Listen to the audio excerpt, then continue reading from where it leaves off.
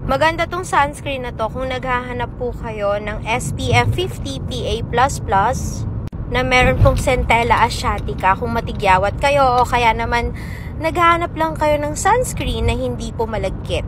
Ngayon, ayan, naka one hand kasi ako ngayon dahil nasa sakyan tayo. Hindi ko siya ma-apply sa face ko. Pakita ko na lang po sa inyo. Ganito po siya. Yan. Tapos, yan o. Wala siyang kahit na anong white cast. Easy to blend. Hindi ka mahirapan. Walang patsi-patsi. Yan o. Diba? Kita nyo ba yan?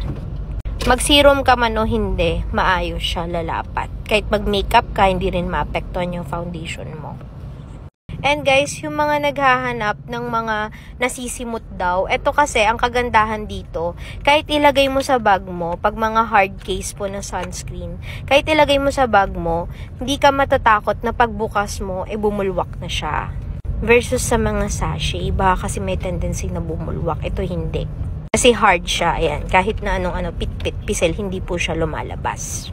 This is 199 pesos in Thai Beauty Shop and pwede kayong makakuha ng free soap. Sabihin nyo lang, sabi ni Miss Ayang.